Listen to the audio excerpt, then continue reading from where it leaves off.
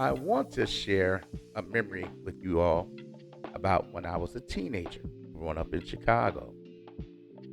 Me being the huge sports fan that I was, I would go to games. I would go to see the Chicago Cubs play at Wrigley Field. I'd also go see the Chicago White Sox when they played at Comiskey Park. The story that I'm about to share with you is about going to see a Chicago Cubs at Wrigley Field. At the time when I was a teenager, I was about 14 or 15, and I would love to go see the Cubs play. Now, the thing that the Cubs had at that time that was nice was on Fridays, they would have Ladies' Day, meaning if the lady would come in with a paid ticket holder, the ladies would be allowed in free. Now, I had taken my sister Tanya before. I've taken my upstairs neighbor Barbara, Trina, taken her with me before, and it was a big deal to me. And this time, the story I want to tell you about was the time that I took my sister Nita with me. Nita was 1 year older than me. And Nita, anybody that knows Nita, she could be a mean one. So we had options in Chicago when it comes to public transportation. So here was our options to go to the Cub game. We would walk 5 blocks down, go to the bus stop. We could take the 8 Halstead bus and take it all the way down to be 4 or 5 blocks away from the Cubs stadium and walk from there. But the catch was you're going to be on that bus probably 2 hours. If not 2 hours, you're going to be on that 1 hour and 45 minutes. Chicago, people know us being a big city. Chicago is a very big city. So imagine a bus running that long, people getting off the bus, people getting on the bus, so on. Now that was option one. Option two, we can take a bus, a train, get off that train, get on another train, get off that stop, be about 3 blocks away from the Cubs Stadium. Sounds gravy. That would take you about 40 to 45 minutes. Nita chose that we would go on the train. That's great. Not a problem yet. So now, as I tell you this, you have to understand my mom knew Chicago like the back of her hand. And I went a lot of places with my mom. I paid very close attention to where we were, to the point where I knew where stops were before they were announced.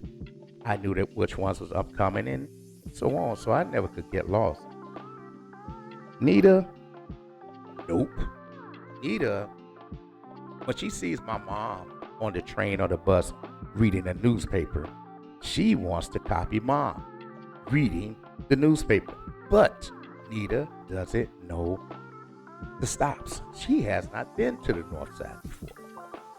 I need to explain that to you for the rest of the story to make sense. Now, we make it. We're at the ballpark. I'm enjoying myself, baseball wise, trying to catch foul balls, home runs, whatever it is. And Nita just want to eat peanuts and such. One of the things, not in just Chicago, but a lot of the cities, is people want to leave baseball games early. Now, I got Nita to the point where we're at the last inning, the ninth inning, but she wants to go. But we got a lot of people trying to go. So I agree. So as we're going, we're in the stadium. The field is here, and there's a tunnels that allow you to come down. You're still inside the ballpark, walk so far, and you have these things called turnstiles that rotate in one direction. Once you go, you're outside. There's no rotating the turnstile back, so you can't come back in. Once again, had to share that part of the story.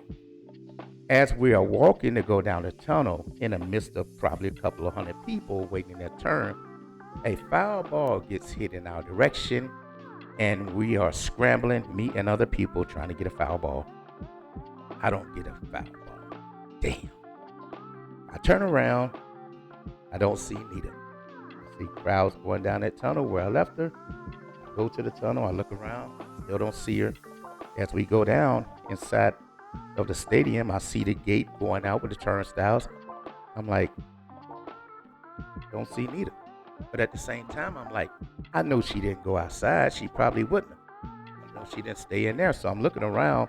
But when you have more than likely 3,000 people intermingling in and out, I'm just looking around, no Nita. Looking this way, no Nita. And as we go, now I'm starting to freak out like, shoot, it's just more and more people. So I back up close to a wall. And I'm standing there looking. It seemed like forever, but it was probably about 4 or 5 minutes. And I'm standing there like, where did she go? Now, this wonderful white couple, they walk towards me and they say, hey, hey. And they point. Is she calling you? And I look, and in between people here and there, way across the other area to another wall, I barely make it out. Now, I'm not trying to say this to be racist at all, but here's the thing. There was not that many black people there. So as the people were going through, I see the black girl way over there, and that's my sister. And I'm trying, but I got to do this. Excuse me, excuse me, excuse me. All this time, she was so far away and it was so noisy and I couldn't hear her. But the closer I get, all I could hear was, Mark, Mark. And as I'm getting closer, I see her. She still doesn't see me. I see her. She's holding the phone.